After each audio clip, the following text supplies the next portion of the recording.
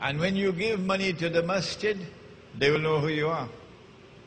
When you give money in charity, they know who you are.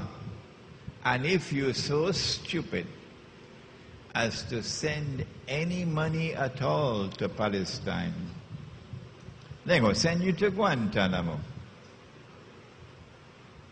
So what we have in store for us tomorrow is the equivalent of a financial Guantanamo. It's not just anymore riba being used to rip you off. It is more than that. That the new monetary system is meant to not only rip you off but also to enslave you, to rob you of your freedom. This is Dedzal's most dangerous weapon. And he's already used the weapon. What do we do? How do we respond? Tomorrow we're going down to Sejh. We say it is not possible to respond with a macro response. No. We don't have the power for that. We say only a micro response is possible. And that micro response is a remotely located Muslim village in which we will bring back the sunnah money, gold and silver, and if you do not allow us to use gold and silver, then we will use commodities of food consumption in abundant supply in the market. What's the criterion?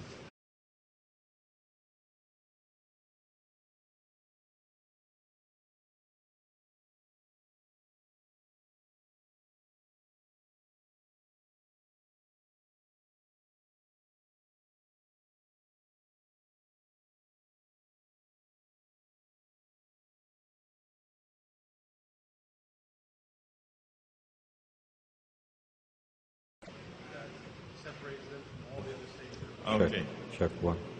The comment was made, this is the question, the comment was made in the previous session that the holy state of Israel, created by Nabi Dawood alayhi salam and Nabi Sulaiman alayhi salam, was the greatest state that mankind would ever experience. How did you come to that conclusion? Where is the evidence? And what is the measuring rod which was used?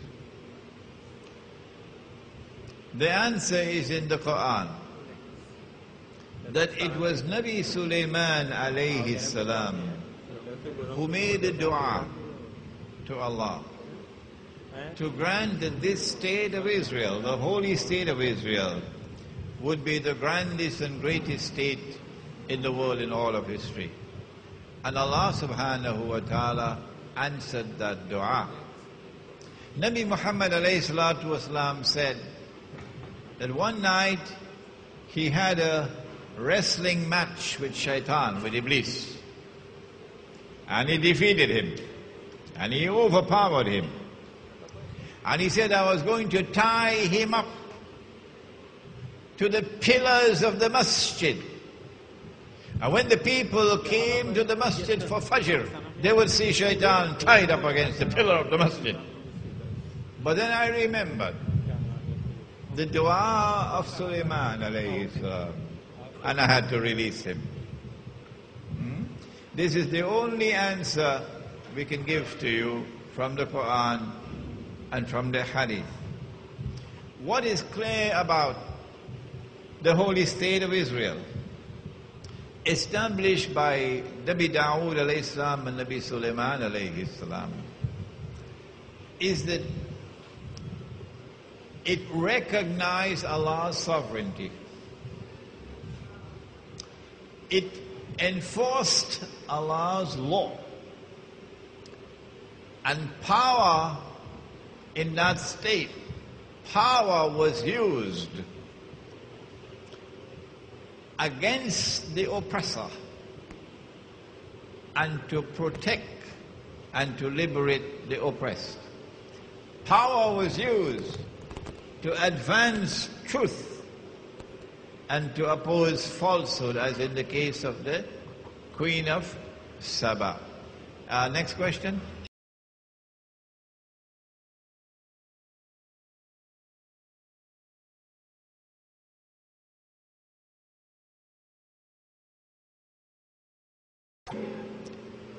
you begin the process by printing only that amount of paper which can be redeemed for the gold that you have. The goldsmith began the scam. He said, keep your gold with me, I'll keep it, and I'll give you a receipt. And so when he got 100 ounces of gold, he issued 100 receipts. And people began to use the receipts now like a check to exchange with one another, knowing that anybody could go to the goldsmith and cash the check. So the paper currency functioned as a check that you can cash.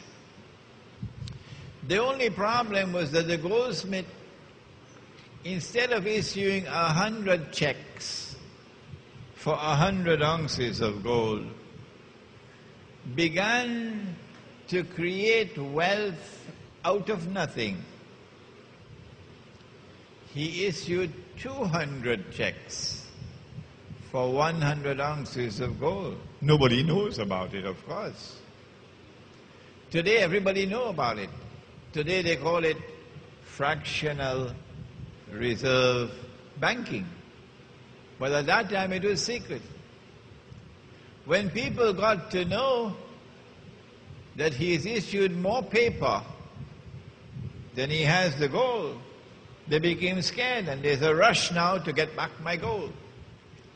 And as they rush on the goldsmith to get back the gold, he doesn't have enough gold. So some people are left with only worthless paper in their hands. That's the scam. Next one, 5.